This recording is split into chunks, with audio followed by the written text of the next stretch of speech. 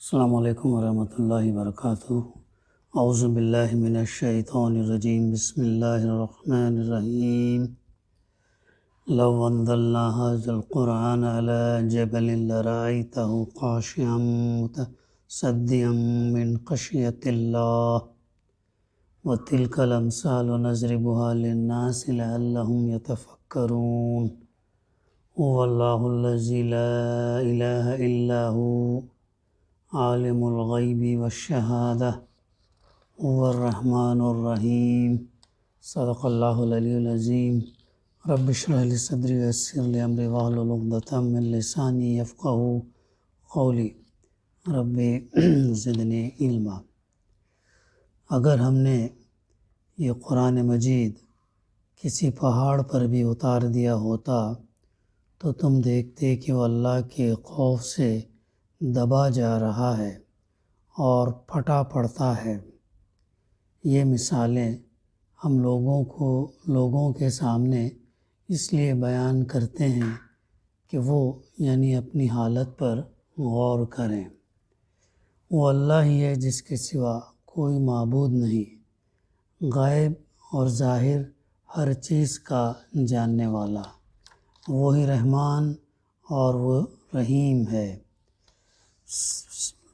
سورہ الحشر کی آیت نمبر 21 اور 22 کی تلاوت اور اس کی ترجمانی ابھی ہم نے سماعت کی۔ بڑی اہم صورت ہے۔ اس آیات سے پہلے جن آیتوں کا 3 آیتوں کا مطالعہ ہمارے سامنے آیا تھا، اس میں اللہ سبحانہ وتعالیٰ نے ایمان لانے والوں سے مخاطب کر کے فرمایا، اللہ سے ڈرو، تقوی اختیار کرو، اور ہر شخص یہ دیکھے کہ اس نے کل کے لیے کیا بھیجا ہے، اور اللہ تمہارے ان سب اعمال سے باخبر ہے جو تم کرتے ہو۔ تقوی پر زور دیا گیا اس آیت کے اندر۔ پھر آگے یہ بتایا، ان لوگوں کی طرح نہ ہو جاؤ جو اللہ کو بھول گئے تو اللہ نے انہیں خود اپنا نفس بھلا دیا۔ ظاہر ہے جب انسان اللہ کو بھول جائے گا تو پھر وہ بھٹکتا پھریں گا، پھر وہ کوئی راہ نہیں پا سکیں گا۔ اس کی تفسیر گزشتہ ہمارے مطالعے میں بات آ چکی ہے۔ اللہ کو یاد رکھنے کا بہترین ذریعہ اللہ کی کتاب ہے۔ اللہ کی کتاب کے ذریعے سے ہم اللہ کی باتیں، اللہ کی طرف سے جو رہنمائی ملتی ہے، اس کے ذریعے سے ہم اللہ کو اچھی طریقے سے یاد رکھ سکتے ہیں۔ اور جو ایسا جب اللہ کو ہم بھول جائیں گے تو اللہ بھی پھر اپنے بھلا دیتا ہے، اور ایسے لوگوں کے بارے میں اللہ تعالیٰ نے فاسق کا لفظ استعمال کیا۔ فاسق ہیں، بے عمل لوگ ہیں۔ پھر بتایا کہ دوزخ میں جانے والے، جنت میں جانے والے دونوں برابر نہیں ہو سکتے ہیں، اور اصل کامیاب کون ہے؟ جنت میں جانے والے ہی اصل کامیاب ہیں۔ اس کی بعد کی آیت ہے آیت نمبر 21، جس میں اللہ سبحانہ وتعالیٰ نے ایک بڑی اہم بات یہ بتائی انسان کو غور کرنے کے لیے، اور یہ بھی بتایا کہ یہ مثالیں ہیں جو اللہ تعالیٰ انسان کے سامنے اس لیے بیان کرتا ہے کہ وہ جو ہے اپنی حالت پر غور کریں۔ یہ اللہ کا جو کلام ہے، یہ اللہ کی طرف سے نازل کردہ کلام، جس میں کوئی شک کی گنجائش نہیں ہے، اور اس کا چیلنج مکہ سے لے کے آج تک موجود ہے کہ اگر تم کہتے ہو کہ اللہ کا کلام نہیں ہے تو لے آؤ ایسا کلام ہم بھی دیکھیں کہ تم کیسے سارے جن اور انس مل کر بھی جو ہے اس کلام کو تم نہیں لا سکتے۔ تو یہاں پر یہ بات بتائی جا رہی کہ اگر ہم نے یہ قرآن کسی پہاڑ پر بھی اتار دیا ہوتا، یعنی پہاڑ اب ہمارے سامنے ایک بہت بڑی چیز ہے، جو انسان کے سامنے جو ہے وہ ایسی چیز ہے جس کو نہ ہلا سکتا، نہ ہٹا سکتا، نہ اس طاقت حاصل کر سکتا اس کہ جیسی تمام چیزیں انسان اتنی زبردست چیز پر قرآن جیسا کلام بھی اگر اتار دیا ہوتا تو تم دیکھتے کہ اللہ کے خوف سے دبا جا رہا ہے اور پھٹا پڑتا ہے۔ یعنی اس تمثیل کا مطلب یہ ہے کہ قرآن جس طرح اللہ کی کبریائی اور اس کے حضور بندے کی ذمہ داری اور جواب دہی کو صاف صاف بیان کر رہا ہے۔ انسان کا جو کبر ہے، انسان جو بڑائی یہ کرتا ہے، اس کے سامنے پہاڑ کی مثال دی گئی۔ تم سے زیادہ بڑا، تم سے زیادہ طاقتور، تم سے زیادہ پھیلا ہوا، تم سے زیادہ قوت رکھنے والا، ایسی چیز بھی جو ہے جب قرآن جیسے کلام کو اپنے اوپر آتا دیکھتی ہے تو پھر وہ ریزہ ریزہ ہو جاتا اللہ کے ڈر سے، اللہ کے خوف سے کہ اس جواب دہی کے بارے میں۔ تو یہاں پر یہ مثال دے کر انسان کو سمجھایا گیا کہ اس کا فہم اگر پہاڑ جیسی عظیم مخلوق کو بھی نصیب ہوتا اور اسے معلوم ہو جاتا کہ اس کو کس رب قدیر کے سامنے اپنے اعمال کی جواب دہی کرنی ہے تو وہ بھی خوف سے کانپ اٹھتا، ایسا اس کا انجام ہوتا۔ لیکن آج ہم دیکھتے ہیں ہمارا رویہ قرآن مجید کے ساتھ کیسا ہے، کتنا پس پشت ہم اس کو ڈال رکھے ہیں۔ جو کتاب ہمارے لیے دنیا اور آخرت کی ضمانت دینے کے لیے آئی، جو کتاب ہم کو ہدایت دینے کے لیے آئی، اس کتاب سے ہم ہدایت لینے کے بجائے صرف ہم اسے جو ہے بغیر سوچے سمجھے تلاوت کرنے کی کتاب بنا دیے، اور وہ بھی رمضان کے مہینے میں ہم کو چیز دکھتی ہے، باقی مہینوں میں جو ہے وہ جزدان کے اندر یا کہیں لپیٹی ہوتی ہے۔ ضرورت اس چیز کی ہے، اس کلام کا جو حق ہے، اس پر جو ایمان لانا ہے، اس کو جو پڑھنا ہے، اس پر جو پڑھے ہیں عمل کرنا ہے، اور عمل کرنے کے ساتھ ساتھ اس پیغام کو پہنچانا بھی ہے۔ یہ اس کے حقوق ہیں، یہ امت مسلمہ کی جو ہے ذمہ داری ہے۔ تو یہ ذمہ داری جواب دہی کی انسان سے مضبوط چیز جیسے پہاڑ، اس کی مثال اللہ تعالیٰ دے رہا، وہ بھی خوف سے لرز جاتا، ریزہ ریزہ ہو جاتا۔ اور یہ مثال ہم کو خلفائے راشدین میں ابو بکر صدیق رضی اللہ اور حضرت عمر فاروق رضی اللہ کی بھی ملتی ہے۔ کیا کہا تھا انہوں نے کہ کاش ایک میں چہچہاتی چڑیا ہوتا اور جواب دہی کے حساب سے جو ہے بچ جاتا۔ ایسے ہی عمر فاروق رضی اللہ عنہ کے بارے میں بھی آتا ہے، جواب دہی سے اتنا خوف زدہ تھے، ڈرتے تھے۔ لیکن آج انسان خوف خدا سے اور اللہ کو بھولتا جا رہا ہے۔ ظاہر ہے پچھلی آیت میں جو بات آئی، اللہ کو اگر ہم نے بھلا دیا تو پھر اللہ بھی جو ہے ہم کو بھلا دے گا، پھر ہم ادھر ادھر بھٹکتے رہیں گے۔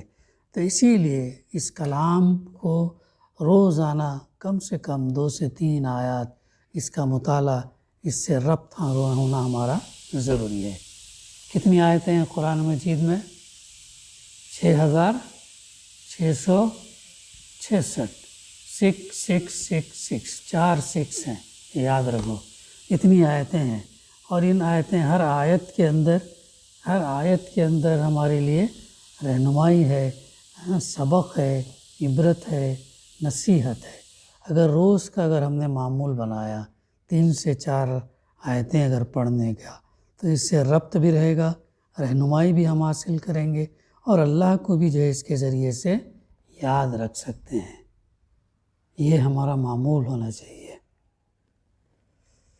آگے لیکن حیرت کے لائق ہے اس انسان کی بے حسی اور بے فکری جو قرآن کو سمجھتا ہے اور اس کے ذریعے سے حقیقت حال جان چکا ہے، اور پھر بھی اس پر نہ کوئی خوف طاری ہوتا ہے، نہ کبھی اسے یہ فکر لاحق ہوتی ہے کہ جو ذمہ داریاں اس پر ڈالی گئی ہیں ان کے بارے میں وہ اپنے اللہ کو کیا جواب دے گا۔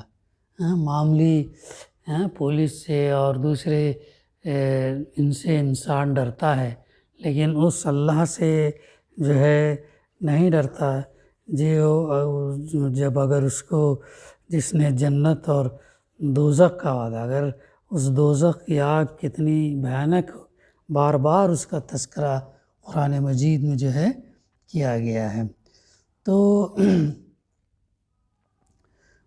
بلکہ اس کا معاملہ انسان کیا ہے، قرآن مجید کو سن کر یا پڑھ کر وہ اس طرح غیر متاثر رہتا ہے کہ گویا وہ ایک بے جان اور بے شعور پتھر ہے جس کا کام سننا اور دیکھنا اور سمجھنا ہے ہی نہیں۔ ایسا رویہ جو ہے انسان اس کلام کے ساتھ جو ہے کرتا ہے۔ اللہ تعالیٰ ہماری حفاظت کرے اور ہمیں اس کلام کے ذریعے سے روزانہ کا ربط، رہنمائی اور اس سے ہمیں برائیوں سے بچنے کی توفیق اللہ سبحانہ وتعالیٰ عطا کریں۔ پھر آگے اللہ تعالیٰ بتا رہا ہے کہ یہ مثالیں، یہ ایگزامپلس لوگوں کے سامنے اللہ تعالیٰ اس لیے بیان کرتا ہے کہ وہ اپنی حالت پر غور کریں۔ کل بھی ہمارے سامنے بات آئی تھی کہ ہم اپنا احتساب، جائزہ لینا چاہیے کہ جو کام ہم نے دن میں کیے ہیں، ہمارا وقت اس کے مطابق، اللہ اور اس کے رسول کے مطابق گزرا ہے یا اس کے خلاف گزرا ہے، ہم اس کا جائزہ لینا چاہیے، اپنا احتساب کرنا چاہیے، چونکہ آخرت میں ہمیں اس کی اکاؤنٹیبلٹی کرنی ہے، جواب دہی کرنی ہے۔ اگر ہم جائزہ لیں گے، احتساب کریں گے تو ظاہر ہے پھر ہم اپنے گناہوں کی بخشش کی دعا کریں گے، خیر بھلائی نیک کام کرنے کا جذبہ جو ہے ہمارے اندر پیدا ہوگا۔ تو انسان کو جو ہے اس پر ان مثالوں کے ذریعے سے نصیحت اور سبق لینا چاہیے اور غور کرنا چاہیے، تھنک کرنا چاہیے، نہیں تو پھر جانور میں اور انسان میں کوئی فرق نہیں۔ جانور بھی چلتا پھرتا یہ ہے، ایک مخلوق ہے، آنکھ، کان، ناک سب اللہ تعالیٰ نے اس کو دیا، ویسے انسان ہے، لیکن انسان کو اشرف المخلوقات بنائے، اسی لیے اس سے سوال جواب ہوگا۔ آگے اللہ تعالیٰ فرماتا ہے هو اللہ الذی لا الہ الا هو، وہ اللہ ہی ہے جس کے سوا کوئی معبود نہیں۔ یعنی ان آیات میں یہ بتایا گیا کہ وہ اللہ جس کی طرف سے یہ قرآن مجید تمہارے طرف بھیجا گیا ہے، جس نے یہ ذمہ داریاں تم پر ڈالی ہیں اور جس کے حضور بھی لا کر تمہیں جواب دہ ہونا ہے، وہ کیسا اللہ ہے اور کیا اس کی صفات ہیں۔ اوپر کے مضمون کے بعد متصلاً صفات الہی کا یہ بیان خود بخود انسان کے اندر یہ احساس پیدا کرتا ہے کہ اس کا سابقہ کسی معمولی ہستی سے نہیں ہے، بلکہ اس عظیم اور جلیل ہستی سے ہے جس کی یہ اور یہ صفات ہیں۔ تو آگے جو اللہ سبحانہ وتعالیٰ کی یہ آنے والے صفات آنے والے ہیں، اس کی یہ کیریکٹرسٹکس جسے ہم کہیں گے وہ آنے والے ہیں، تفصیل کے ساتھ جو ہے وہ آنے والے ہیں۔ تو معمولی چیز نہیں ہے، انسان چھوٹی چیزوں دنیا میں ان چیزوں سے ڈرتا ہے، لیکن اللہ سے جو ہے بے پرواہ ہوتا ہے، اس سے نہیں ڈرتا اور دھڑلے سے نافرمانی، سرکشی اور بغاوت جو ہے کرتا ہے۔ اس مقام پر یہ بات بھی ہمیں سمجھ لینی چاہیے کہ قرآن مجید میں اگرچہ جگہ جگہ اللہ تعالیٰ کی صفات بے نظیر طریقے سے بیان کی گئی ہیں، جن سے ذات الہی کا نہایت واضح تصور حاصل ہوتا ہے، لیکن دو مقامات ایسے ہیں جن میں صفات باری تعالیٰ کا جامع ترین بیان جو ہے پایا جاتا ہے۔ ایک کیا ہے، ایک کون سا ہے، سورہ بقرہ میں ہم پڑھتے ہیں نا آیت الکرسی، اس کے اندر اللہ سبحانہ وتعالیٰ کی تعریف اور اس کی صفات جو ہے بہترین طریقے سے جو اللہ سبحانہ وتعالیٰ نے بیان کیا۔ سورہ بقرہ میں آیت نمبر 255، اور اس کی بڑی فضیلت بھی ہے۔